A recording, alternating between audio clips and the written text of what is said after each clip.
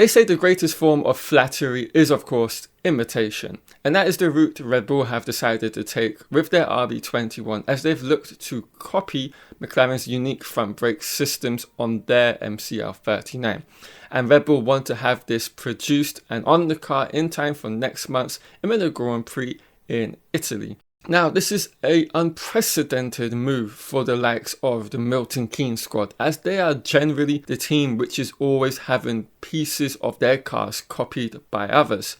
But this time, the tables have been turned, and it is the Milton Keynes squad which is doing the copying. And of course, this being the final year of this current regulation cycle within Formula 1 also showcases the importance that they've placed on this piece of tech from the McLaren car, not only to get it on the car this season, but also for future seasons down the line.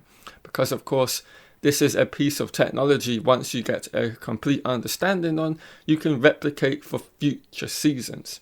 And of course, along with all of the upgrade packages Red Bull have in the pipeline, we have the major technical change which will be coming in place for the Spanish Grand Prix in Barcelona. And Red Bull expect all of these things to help them dramatically close the gap to F1's leading team in 2025, which is of course McLaren. Now, before we jump a little bit further into fully explaining this brake system, I just want to give a big thanks to everyone that's been subscribing to the channel recently, enjoying the content, leaving likes and comments here. And if you've enjoyed this video thus far, do hit the subscribe button and join us here on F1 Unraveled. Right, let's explain this McLaren brake system. Now, what exactly is this McLaren brake system that we're talking about here, and how does it help the team to manage the thermal tyre temps in a better manner than all of the rest of the field? Essentially, we need to break down the brake system on an F1 car into three sections. The first is the different parts that make up the entirety of the system. These parts include the brake caliper, brake discs, brake pad, and bow. Now, all of these parts need their own protective housing for both performance and safety management. And of course, more importantly to this video is how this layer of protective housing for each part of the brake system helps cool the surrounding components as well as that individual part. For example, the brake caliper reaches temps of 210 degrees, while the brake discs maxes out at 1200 degrees, and that has on itself 1000 ventilation holes across its surface. Now, all this heat has to go somewhere naturally, right? And that's where this protective shielding does come into play. Now, back to McLaren's system on their 2025 car, and from the looks of it, it seems they have an additional level of cooling within these individual parts. And it is all to do with the ducts that they're taking the air from outside of the car through and directing it into these separate areas. And this is highlighted on the screen right now. And it doesn't stop there. There is also more than likely another intermediate level of cooling that this protective housing between the protective housing and the cake tin, which is the final piece which is on like the real hub from which the tires go on as they head out on track. And that is more than likely also receiving this air as well, adding an additional level of cooling to this overall system. Now, of course, the McLaren engineers would have been running hundreds, if not thousands, of experiments and simulations to see just how much air would be needed to keep everything within the working parameters or the working window that they need on their respective car. And this is what the whole system is about. And another question you do have to ask yourself is, will they be able to make this clever innovation work to the same degree McLaren have? Now, I think the jury will be forever out on that, at least until we get to see Red Bull trial this system out in Imola in practice sessions and more than likely in the race. Only then will they know, and then potentially us know, whether their system has worked in the same way. But I would not be fully surprised, and I expect Red Bull to be able to replicate their own version that will work identically to that of McLaren's, particularly as this really isn't the most complex piece of a ground effect era Formula 1 car to have a look at, study and replicate.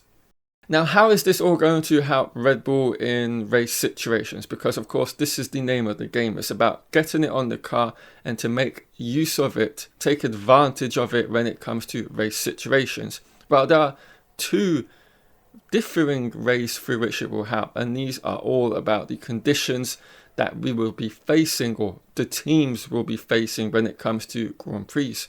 So of course one of those is interchangeable conditions, when we're going from a wet, damp track to a drying track. And then second of all, when we go to the extreme heat of other Formula 1 venues, such as we had last time out in Bahrain.